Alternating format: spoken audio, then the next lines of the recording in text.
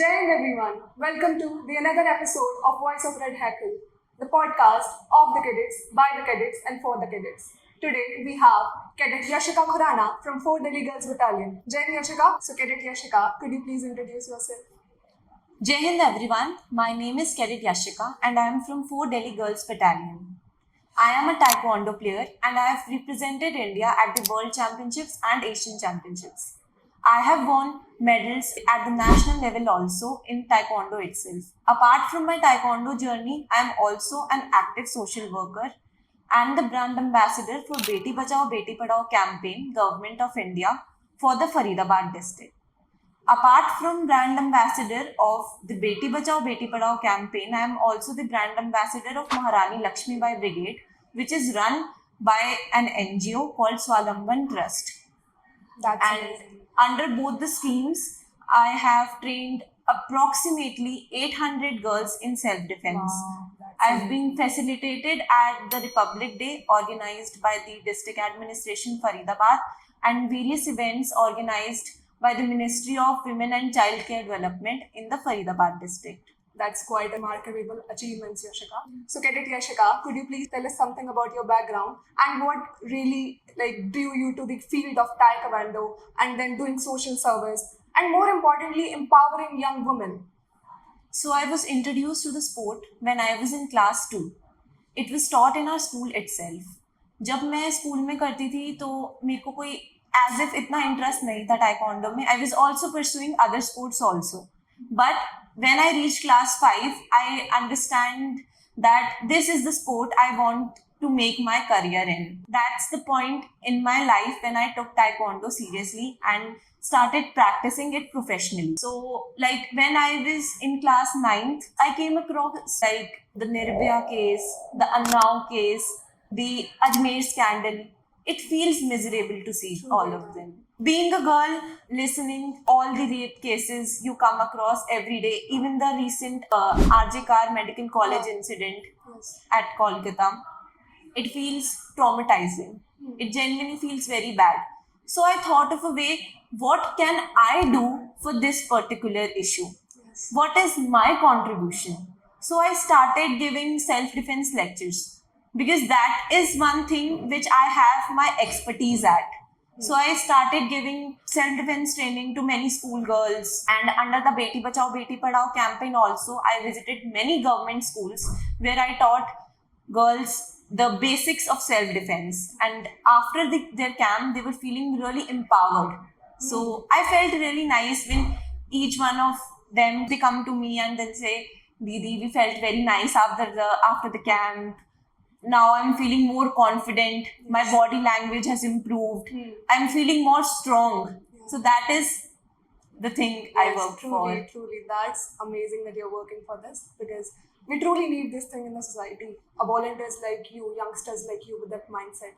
And that's truly amazing. So, Yashika, you have received numerous awards and certificates for your service towards the nation, like social service you do, and then awareness regarding the self-defense. So, what stands important for you in among all of that, and what really motivates you for you to work like that? So every certificate of mine, every facilitation I have received from the government or the NGO holds a very special place in my heart. So to name some of them is the facilitation at the Republic Day and even by the Governor of Haryana during the Bal Bhavan. Everything is it is an honor for me to get those awards, to get those facilitation. So each one holds a special place in my heart. My motivation for this is seeing girls around me who are not confident enough of who they are. So during my self-defense camps, it is of around 1 week, I train them how to be yourself, because that is the most important part of your self-awareness journey.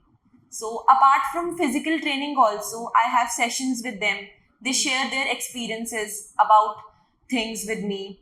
And the most insightful part of that sessions is the session on good touch and bad touch. It is also very helpful for the girls, so they are aware about what is right and what is wrong. In which way someone can touch you, or is it in the right way or the wrong way? Yeah. They should have the basic knowledge of that. So the session comprise of this discussions plus the physical training part. How, like, if someone grabs you from behind, Yeah. what you can do in that situation, that Yes. particular situation. Yeah, true. If someone is just over you, how you can escape from that particular situation. Self-defense is all about that. I trained them how to do various punches, blocks, kicks, etc., and the basics of Taekwondo. How did you balance your commitment to the self-defense activities and then participating in international tournaments in Taekwondo? So, being a professional Taekwondo athlete, you have to devote 6 to 7 hours to the sport itself.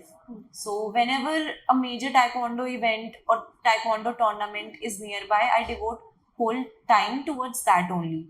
But when I'm free, sometimes on Saturday, Sundays, or any day on which I'm not engaged with Taekwondo, so I prefer to do social activities as I am associated with the Beti Bachao Beti Padhao and the Maharani Lakshmibai. They give me pre-planned dates, so I try to vacate myself on that particular days.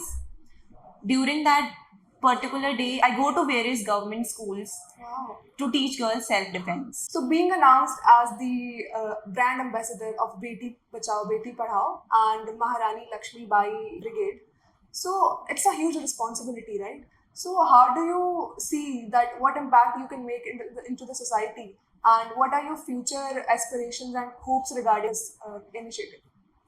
So Beti Bachao Beti Padhao campaign and Maharani Lakshmibai Brigade, they both have provided me the opportunity to connect with the ground level.